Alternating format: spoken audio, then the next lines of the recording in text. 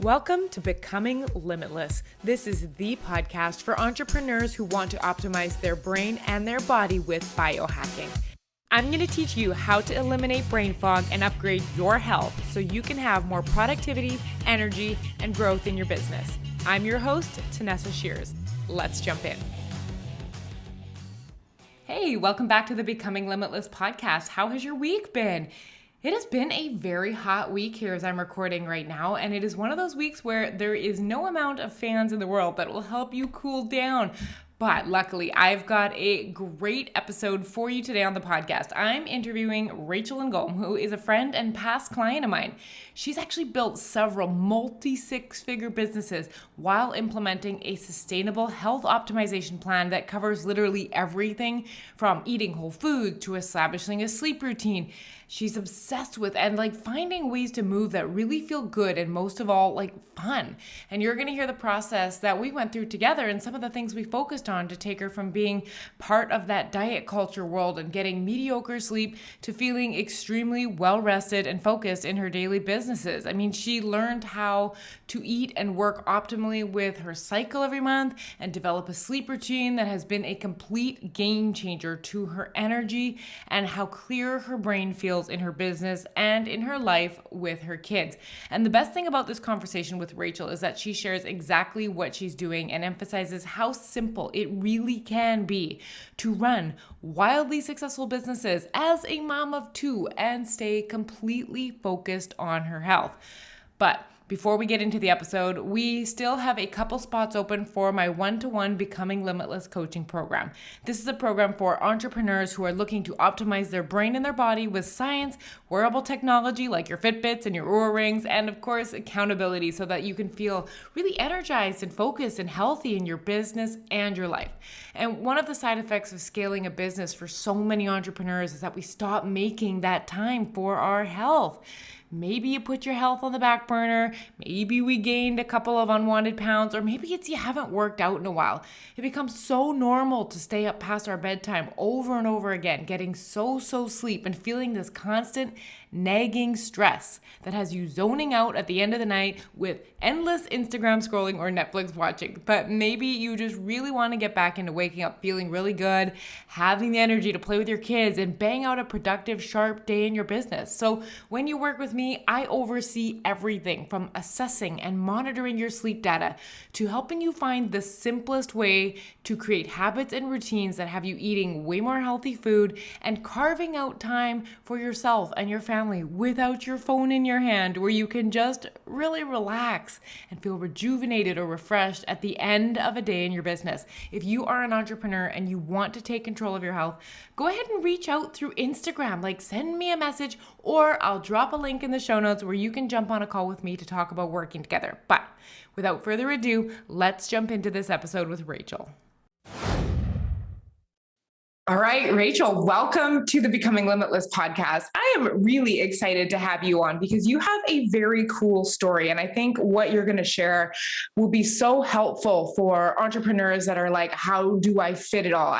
Where do you find the time to work out? How do you eat well? How do you make it all work? So I'm really excited to have you here. Welcome to the show. How are you doing today? Well, thank you. It's an honor. I've, recommended your podcast to so many people. So now I get to be here and I'm doing great. That's awesome. Awesome. Okay. We're going to just jump right in. So to give everyone a little context, I want just share who you are, what your business is. Tell us a little bit about you. Yeah, mom of two. We've lived internationally in France and Senegal, now in Orlando, Florida, married to a horse trainer. We are big proponents of having multiple income streams. We have business. I have an online business where I teach Pinterest marketing and creating more passive income streams. And then we have businesses in Africa as well, and an equestrian business here in America. So my whole thing is, helping people create more passive income, more freedom in their life so they can do the things that really matter. Oh, I love that. Like passive income is something I'm all about as well. Like I wish I could have like a sidebar podcast Let me episode. help you. Let me Yeah, help you. I got you. it's so good. It's so good. Awesome. All right. So I want to kind of jump in and talk about like where you were at the start of your business. Like, okay, what was your first business and what did that look like in terms of time investment? What was going on with your health at the time? Yeah. So first business was a network marketing. I was a coach with Beachbody and I was 23 when I started that. Looked like me we got married that year and I was in grad school getting my master's in social work. And I had just finished, I played volleyball in college too. So I competed at the University of Illinois and got a rib injury there. I was medically released. So what it looked like was me going to grad school, doing all my assignments and then getting in a workout and doing my best to take care of my health, using the tools that I learned from being an athlete in college and also just educating myself on nutrition and what makes me feel good and kind of finding just a groove in everything. Cause up until that point, I had been told what workouts to do. So now it was like, oh, I can do what I want. Like I get to choose this now. So like, what do I want to do? What feels good? And so just kind of figuring what that was. Yeah. So was that when you found the Beachbody exactly? And That's when I found P90X. My husband and I was like, I wanted to get in shape for my wedding. We got married at the courthouse for his visa because he's from Senegal. And so we had like our actual wedding was going to be in Morocco. So I'm like, I want to get in shape for the wedding. And we were sitting on the couch and a P90X infomercial came on and I was like, that looks hard. I want to do that. So I did P90X and I fell in love with that program. Like I was obsessed. It was so much fun. I think it's such a great program. Still, I know it's probably like 15 years old, but I'm like, you want to get in really good shape, just do P90X. Like, yeah. That's so fun. I went through my Beachbody obsession with all their workout phase as well. Like they have some really good programs on that app. They do, definitely. And then what were you doing as far as food then? Like when you started, were they talking about food yet on that? Yes. Oh my gosh. Back then, that was, food and me back then was like a whole different story. Cause when I played volleyball, it was very strict nutrition wise. So like to give you context, back when I was 16, 17, my high school coach, my club coach put me on a diet where, I could only have a protein shake after a 4.5-hour practice instead of dinner. So like we were weighed in all the time. I was weighed in, not the whole team because they wanted me to lose weight. So I was weighed in all the time. I had to come in and do extra cardio. And it was a very huge emphasis that was placed on my size, losing weight. So that was kind of my thinking when at that time was like, healthy food is good. I can eat as much of it as I want. Bad food is bad. I cannot eat any of it. So like I didn't eat butter for like 10 years, but fruit in my eyes was good. So I could eat like an entire watermelon and it was no problem. So like I didn't have any context for balance or what I should be eating. And then I found Tony Horton's trainer. What was her name? Melissa Costello. I actually had her on, I interviewed her for something in my old business. And she had a whole vegan program. So I did her vegan program and then I was vegan for like 2 years. So it was very much like extremes. And I realized my body does not do well on vegan. So I was like, nope, can't do that anymore. And now it's so funny because my husband is vegetarian or pescatarian. And I'm the one that's like, give me meat. Like my body needs meat to survive. So we kind of switched roles there. Oh, that's so fun. Okay. So then that was when you were in that phase of your business, but then fast forward to this iteration of your business and where it is now. So what was going on then? Were you still doing Beachbody? What was working and what really wasn't working? I guess let's just say like right up before we started working together, because we started working together, what, January 2021? Yeah. Sometime in there, right after Christmas. Yeah. So gosh, I feel like I went through so many different iterations because I feel like Beachbody is great, but it's also diet culture. So it's like you do the ultimate reset. You do this for 21 days. You do this program. You follow the meal plan. You do it for 60 days. So it's kind of like you're on a diet, you're off a diet, you're on. It's very like extreme or not, And so I had learned more about like keto and intermittent fasting. So I was doing that, because I figured that worked well for my body. But it was very much all or nothing for a long time until I could understand, balance. I think living in France actually helped a lot with that, of seeing, just learning how French people eat. And it's more like you enjoy your food, you actually relax, you taste it, you don't just scarf it down, you sit down at mealtime. No food is really off limits. You can have butter and cheese and whatever it is that you want. It's just more like portion control and understanding what works for you in your body. Yeah, that's interesting. I've had different clients from everywhere around the world. It's amazing when you really look at cultures, especially when it comes down to like, we eat at this time in the evening. I was just talking to someone yesterday and she's like, we do dinner at 10 p.m. I was like, 10 p.m. I've been asleep for an hour and a half at this point. Could not. That would ruin my sleep quality. My Oura ring would not be happy. Yeah, but it's so fascinating just watching how different everything is on different places in the world, like types of foods we eat. And like, we've had this discussion before about how flour is very different outside of North America in terms of how it affects our body, just because of the genetic modifications to the flour, right? Like, and you found that, and all of that stuff. Yeah. Did you find a different experience when you came back to the US on how that stuff affected your body compared to when you were living in France or living in Africa?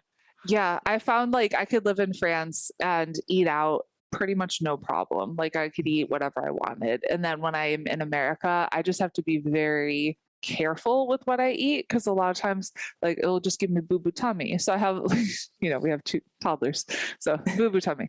But I would just get so bloated and it doesn't feel good. So I just don't eat out as much. And I just try to be really careful when I do. Yeah, I think it's about really figuring out what is working for your body specifically, right? So absolutely. I think that's huge, because there's so many foods that are like healthy, but are they good for you? Like my husband could eat quinoa and vegetables and beans every day, which he does actually. He's so funny. That works for him. And I need meat. Like I need animal protein to really feel my best. And so just really, I would say don't listen to diet culture and what all the diets say that you should do. And you just have to kind of pay attention to yourself and your own body and focus on like what gives you energy, what takes energy away. So I pay attention, like we have our podcast now at 1:00. So like what I have for lunch will affect how I show up here. So if I have, like a quiche and a cake, while it tastes amazing, I know I'm going to want to take a nap instead of being here high energy. So it's just a matter of like, I really kind of reframed it in my head of like, it's not a good food or bad food. It's, will this give me energy and make me feel good? Or is it going to drain energy and make me want to take a nap? Oh, isn't that the truth? And when you really learn like how much food affects the way your brain functions, even during your business workday, like it is so eye-opening. It's fascinating. So the listeners probably don't know this, but the way we met is I actually pitched to be on your podcast a long time ago. I'll actually link that episode in the show notes over to Rachel's podcast. But so we ended up starting together. And why don't you share a little bit about, I guess, where you were right before we met? What was going on? And what was the reason that you were like, okay, I think optimizing how my brain works or my health in this area might benefit where I am, my business, my family life? We had just moved to Senegal and I had a baby like 6 months prior. So it was very like a lot of changes all at once, and, wanting to grow my business. And I'm a huge believer that you need to have a coach for the area that you want to grow and improve in. And so I'm like, when I did the interview with you, I'm like, I need to optimize my sleep. Teach me, woman, like help me do this. Like I already had a pretty decent base on like exercise and nutrition, but I know that anything that you do in your life, you can always take it a step further and improve upon it. And so why not just go to the expert and have them help you optimize those things so you can show up and be a better business owner, be a better mother, all those things. Yeah, I think that was one of my favorite things about working with you. You had such a strong base of already exercise. You knew how to do it. You knew what you liked. You knew what worked. Food. And so it was like, oh, this is just now like level 2. Like that. Let's have the fun. Let's do the biohacking stuff. Let's optimize. So what was the thing you think that you learned going forward from that place that made the biggest difference in how you felt, your energy, your focus? Really focusing on sleep and what affects my sleep, what disturbs my sleep, and how to optimize it. And so I feel like I've gotten in such a good groove. You'd be so proud when you see my Aura Ring. I'm like almost always 80s and 90s. So some of the things of eating dinner early. So like I usually eat dinner with Gabrielle before 5 o'clock and then I go to bed early. So making sure my body is on a rhythm of going to bed between 8:30 and 9:15 is like my optimum time, and waking up at the same time. One of the game changers, I got the chili pad. And so, cause my husband's, African, so he wants to be all warm and cozy, and I do not. I won't freeze me while I sleep, please. So I have the chili pad on my side, and he gets to be wearing a sweatshirt and sweatpants, and he's good. And the chili pad doesn't affect him. And so just having that keeps me cool. I think the biggest things are like, caffeine, because you're like, you drink too much coffee too late in the day. So I don't have caffeine after 10 o'clock. So that is another big one. Also not being afraid of carbs, specifically carbs at night, and also learning to eat and work out with your cycle, because that's something that was like next level optimization for me, of really paying attention, because I never had, like, the most fitness nutrition programs have nothing to do with cycle timing. And so when you're like, ooh, during this part of your cycle you can eat like this way and like work out this way, I was like, oh, that is awesome. So it's just kind of like the next level optimizations of what you can do just to be a better human and function better. Yeah, I remember that consistent bedtime was something that was really like, oh my gosh, this has really changed, like the amount of sleep that you were getting consistently, and just finding that rhythm. But I know a lot of people that I've worked with and that I talk to in my community find that going to bedtime and going to bed on time very challenging. Is there anything that has made it easier for you to go to bed on time, or any tips you would give if someone was like, I can't get to bed on time, like I just stay up watching Netflix or whatever it might be? Have a routine. The Aura Ring will tell you like it's time to get ready for bed. So if you want to stay up watching Netflix, I think that's fine. For me, I'm like, I make sure to end on like a funny note. So maybe I'll watch Friends or something funny on YouTube, so I have something good in my subconscious brain before I go to bed. I'm not perfect at this. And the reason why is because TJ now has later sport activities. And so like, not now, but he did a couple months ago, where he'd have baseball games until 9:30, 10 o'clock at night, which would totally interrupt everything. So part of it also is just learning to give yourself grace, and it's never going to be perfect, because I'm the person who's like, I want to be do it right every single night. I want my check mark. Exactly. I want to win at this, right?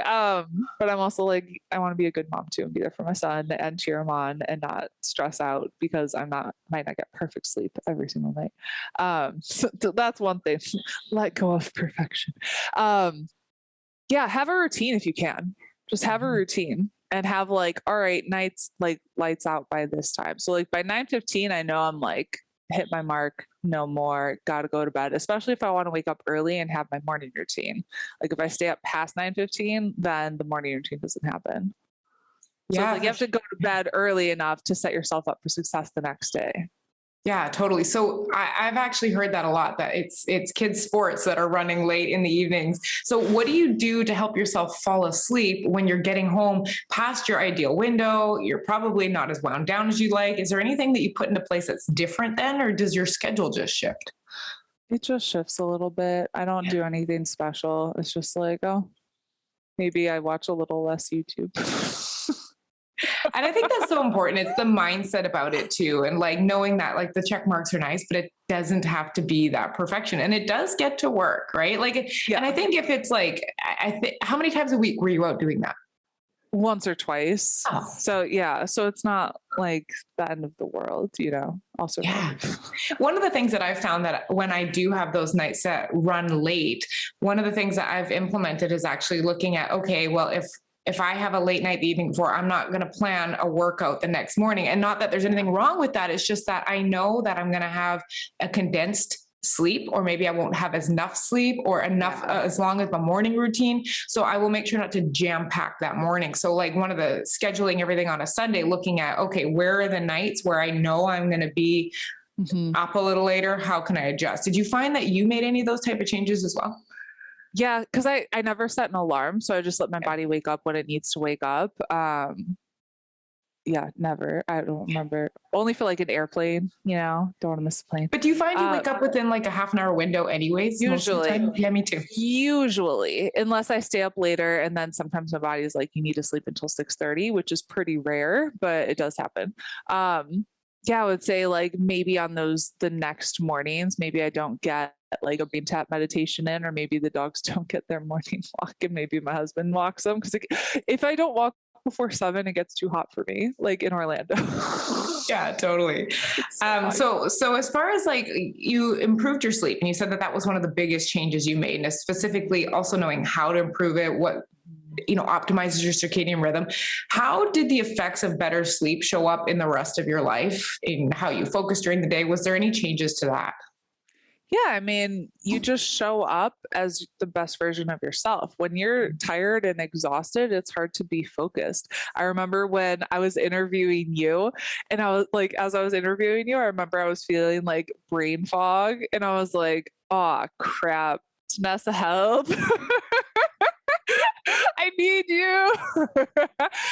So like it's hard to make the impact that you're put on this planet to make if you're trying to do work and you feel brain fog and tired, So I really think it's important that as entrepreneurs, we really do focus on our health. That needs to be a top priority, because if your health's not in order, then you can't show up the way that you want to show up.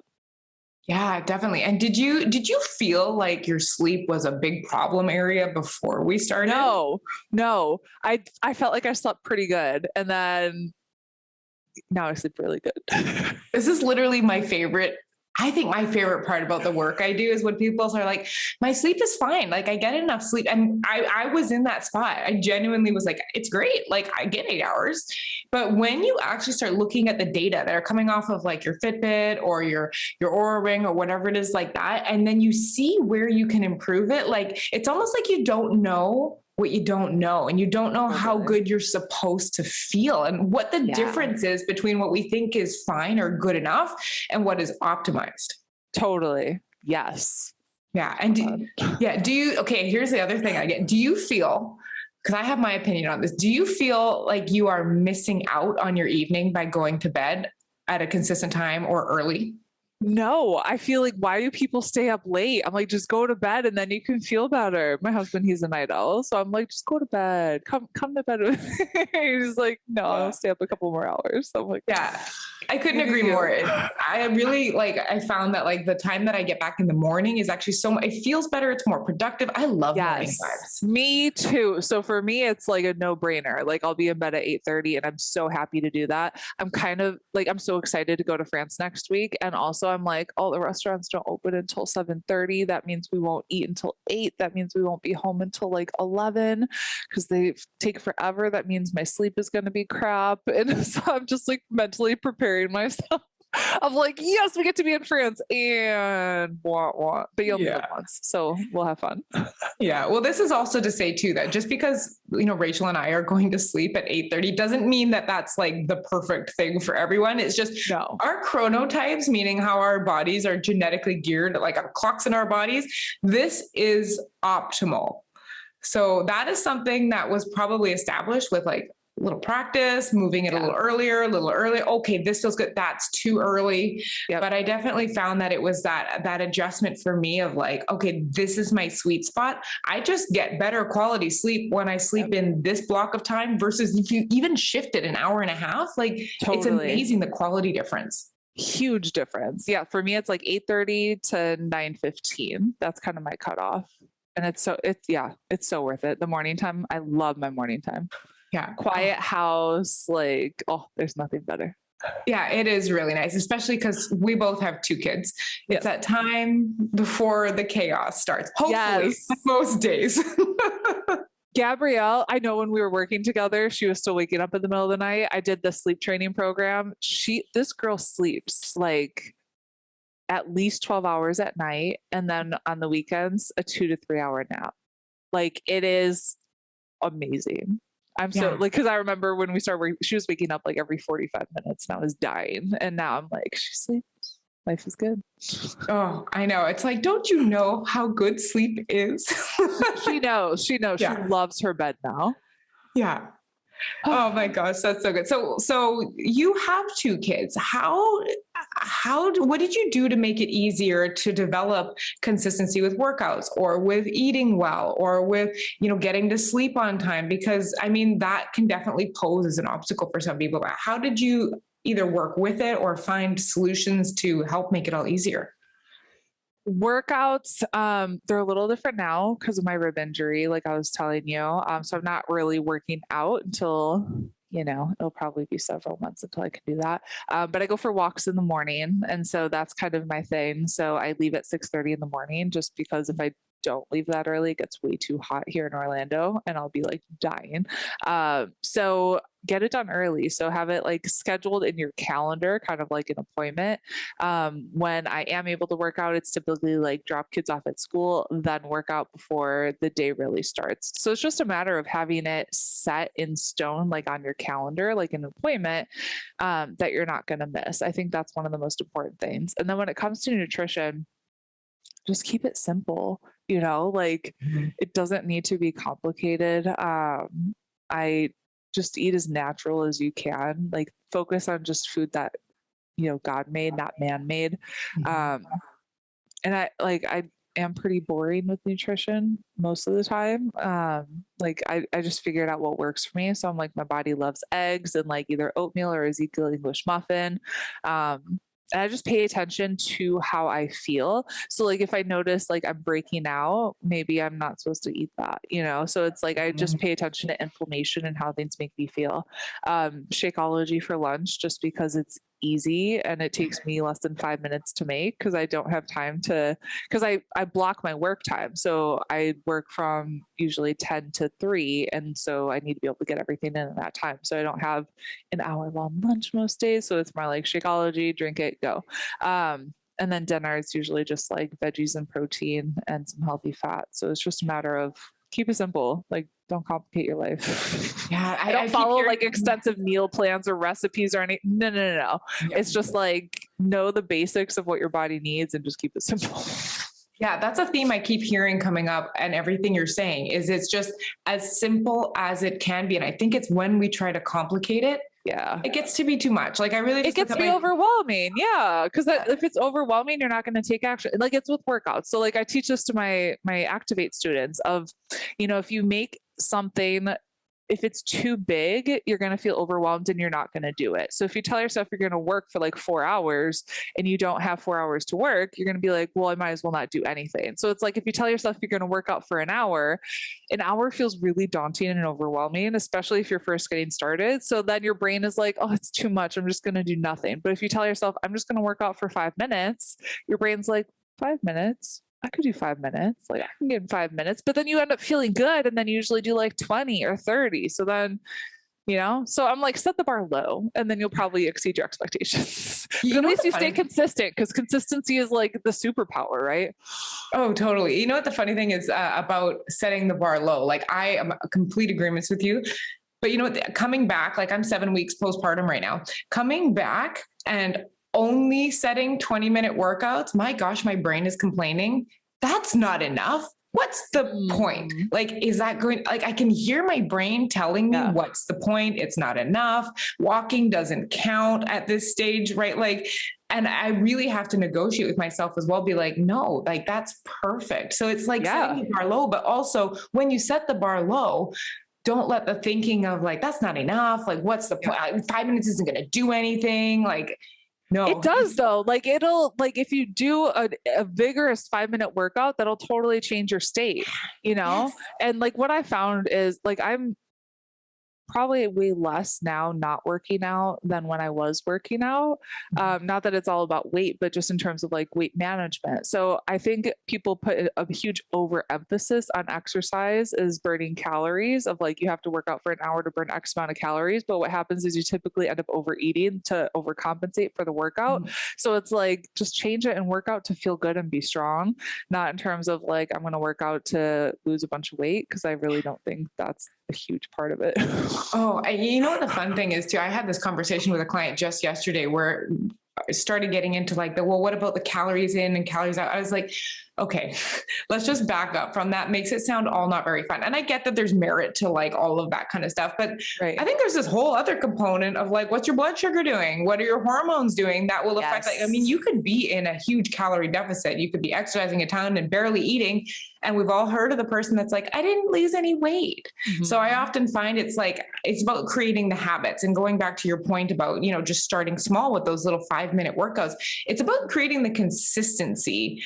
Even if you can just do 5 minutes consistent, it's going to be way better than doing 1 hour and a half hard workout every week. Right. And it's building on that. And that's what I've had to tell myself is I'm like, you know what? The point of working out right now is not to lose weight. It's just literally to get back into this habit because it's been 2 months since I've moved. And this is what feels good right now where my body is. And I think we just have to give that grace in that. And that, you know what, 5 minutes is, you just get out and go for a 5-minute walk once a day. Like that alone is going to be a huge step if you find you're sedentary or like only hitting 1,500 steps a day. Yeah, for sure. And I think just focus and like take the pressure off of being a certain size or losing weight and just focus on how can I feel good, And I think when you focus on, I'm going to move to feel good and to feel strong, it just takes the pressure off. And then you're like, oh, well, if I want to feel good and strong, I could, do rollerblading or go dancing or the things that you actually enjoy instead of like, I'm going to torture myself on this device for an hour because that's not fun. Yeah, I agree. Back in 2017, I used to focus solely on weight loss coaching before I moved into, optimizing our brains and our bodies. And I found that the success level of the clients I've worked with has gone up so much because you're not focused on like what we're moving away from in this preoccupation with weight and what I look like and my photos. And like, while that's all could be part of your journey, when you're focused on what you're moving towards, like, okay, well, I'm really doing this because I want to be able to get stronger, or I want to, have a consistent routine where I have the energy I need or focus at my business. Like this is all moving towards something like that is so much more inspiring and it feels good. And I think it's where we get to drop the guilt and the shame out of it, yes, because it doesn't feel good looking at yourself in the mirror being like, this is awful. Like, I want to move away from it. Because I'm doing that right now with myself in this postpartum period, is looking in the mirror and being like, this is so fun. Like I have this picture in my head. It was right before I got pregnant with my first daughter. And I'm like, I lean into that. And very much focus on the strength that comes with that and the energy instead of where I want to move away from. And I find that gradually moving into where I am now, it's just such a different ballgame. Yeah. Feels good. It's a lot of fun. It's a lot of fun. Okay. So last question I want to ask you, can you share with us some of the, like beyond keeping it simple, what are some of the fun biohacky things that people might be like, that is like super cool, or that really help to optimize? Like, are there supplements you take? Are there certain things you do which some people might think are kooky? Like for me, that's my red lens glasses. Like, are there any biohacky things you're doing right now to optimize your I'm sure health? there's so many things. My husband always looks at me and like all the devices that I have, and he's like, what you do? A lot of them are like devices for the ribs or like pain management stuff. Well, I was just drinking mushroom tea. So that's one thing. But it tastes like hot chocolate. So that's one. What do you take the mushroom tea for? It tastes like hot chocolate, but it's got like adaptogens and stuff in it. It's the Organifi chocolate gold. It's so good. And what do you find that helps you with? I don't know if it helps me with anything, but I like the way it tastes. Like it. It tastes like chocolate. There's the win. It tastes like chocolate and it's supposed to be good for me. Biohacking things. Well, I've done some fasting. I did a 5-day water fast. So that might be kind of a weird biohacking thing what did that help with, did you think? Well, I'm kind of like, I'm super into just the body's process of healing. So it helped, like whenever my rib pain gets really bad, I'm like, I just need to kind of fast and reset and figure out like what's causing this, or if anything is, or how can I just focus on healing? So I think mentally it just takes you don't think about food as much. So it's like, you just focus on healing. And then specifically, I think it takes the focus off of because I think we're so taught that we need to eat all the time of like 3 meals, 2 snacks and all of that. So it's like, oh, I don't need to eat 24/7 and I didn't die. It's like you can fast to heal your body and you actually feel good. So like it was kind of shocking. My friend Susanna and I did it together and we're like, oh, like you can actually do this. Like I think we were talking yesterday about it would have been really hard to do it on our own. So we're really happy we had a buddy to like do it together. But it was one of those things of you're constantly taught through the diet industry of like you need to eat small meals often, but is that really true? Can you actually fast and heal your body? So that's probably one of the weirder things that I Any books or resources you'd recommend on that if someone listening is like Dr. Mindy Pelz, so Pelz, she has a YouTube channel specifically about fasting for women because women need to fast differently than men do because of our hormones. So if you want to do fasting, her and also Dr. Daniel Pompa. I also do like biome gut health test and like other tests just to figure out like what's going on with my body. How can I optimize it? So there's like so many at-home tests that you can take now. It's kind of weird to like put your poop in a little thing and send it off, but there's so much data that they can get from it to figure out like what's going on with your body. So those are some other weird things probably. I love it. There was some definitely. There's definitely weird things that I do. Yes. Yeah. So what would you say to the entrepreneur who is just like, I just can't, I don't see how you can fit your health and your business together? What would you say to them? You don't want to be the richest person in the cemetery. Because honestly, like if people that don't have their health, they could have all the money in the world and all they do is wish that they had their health back. So I think it's just so important that you prioritize it because if you don't, eventually it's going to get taken away from you. You can't run a business when you're sick. No, I learned that this year when I got knocked out. You can't, like literally you can't. So you have to, I've worked, I'm the driven overachiever doer personality, and I've worked myself to the ground and burnt out and got sick all the time. And you cannot run a business in that space. So you have to take care of yourself. I love that. I love that. And I'm going to do a shameless plug here. What would you say to someone who has thought about working with me specifically? Because you've had that experience. We worked together for 6 months. What would you say to someone who's on the fence or not sure, or they don't know if they need it? No, work with Tanessa, please. Like it's been like more than a year since we were working together, and I still reference working with Tanessa because it was just such a fun and impactful experience. And I just think you're a beautiful human being. So I think everyone needs to step up their game and work with you. And I think you need to up your prices too. We can talk about that. So I mean, so get in now. Get in now before I coach her. Yeah. Oh my gosh, you were too sweet. Awesome. Well, I really appreciate you coming on today and sharing just how you've made it work and the evolutions of your business and the health things that you found have worked best and keeping it simple, but also some of the fun biohacking stuff that gets to be a little extra because I definitely think that running our business from a place of health is just, it feels good. You're not waiting for that next financial milestone to start. It's like, no, I want to feel this way the entire time I run my business. Totally. Yeah.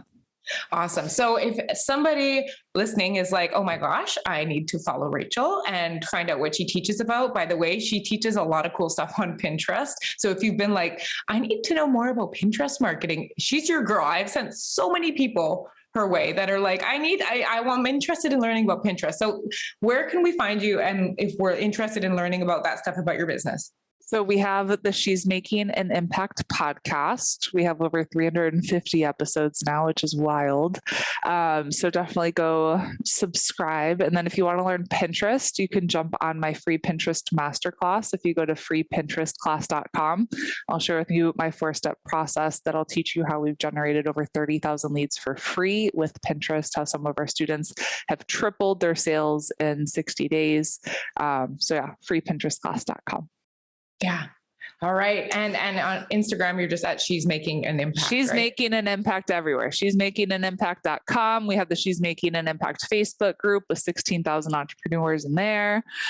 So jump in and say, hey. Awesome. Well, everyone go follow her because she's awesome. So good. Well, I hope you guys have a great rest of your week, and I look forward to talking to you next week on the Becoming Limitless podcast. Learn something new in this episode or feel inspired to take action? I'd love for you to share it with a friend and leave a review. Your review will help one more entrepreneur feel healthier, more energized, and focused. If you feel good about helping a friend or a fellow business owner you've never even met, you are my kind of people. I'm excited to help you become limitless in the coming episodes.